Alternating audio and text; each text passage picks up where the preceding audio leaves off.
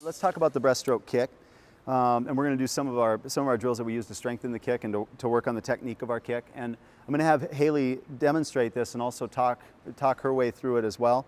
But I'll give you some of the common things that we think about. One is that when the heels come up, and so when we're lifting our heels up or recovering the heels, as we'd say, we want to bring them up fast, smooth, and in a straight line. We don't want those heels to go out wide because that will set up a tough kick or a wider kick at the top. We don't want to bring them in too narrow because that'll force the knees outside and again take away some of the power and efficiency of our kick. We want to bring the heels up in a straight line, and we want to bring them up as far as we possibly can. So as far to our back end as we possibly can at the top so that we can get the full range of motion on our kick, and Haley will do a really good job with that. And then at the top of the kick, we want to put our toes out as far as we possibly can. And I wasn't born to do breaststroke kick like Haley was, and so I can't even demonstrate that without pulling something probably. But Haley, you'll notice at the top of her kick, she does an outstanding job of getting her toes all the way out. And what we talk about is on the instep of our foot, on the inside of our foot, we talk about holding onto water with the inside of our feet. And in this case, I talk about, imagine that the instep of your foot is on a wall, and we're just going to push and jump straight back off that wall.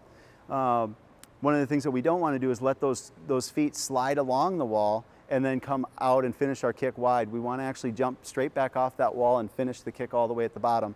And again, finishing the kick is something that Haley does really well. We talk about a couple things. One, we want the heels to come up in a straight line. We want them to come up as far as we possibly can, trying to get them up all the way to our back end as much as we possibly can.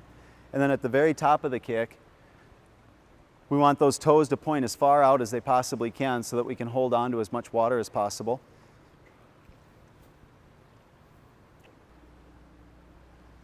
Okay, we're going to have Jill do a 50 breaststroke kick.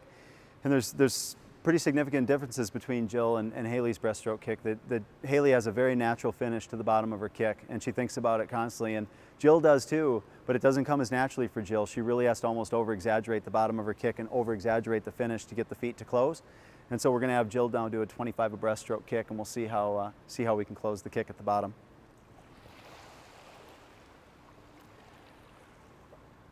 Again, both Haley and Jill are similar in the sense that the heels do a great job of coming up all the way in back, and they come up in a straight line.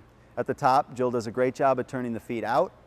And here you can see she struggles just a little bit on the very bottom, on the very finish of her kick, where the kick finishes and the feet are a little bit wide, but she's doing a nice job of thinking about it and trying to pull them together. That was good.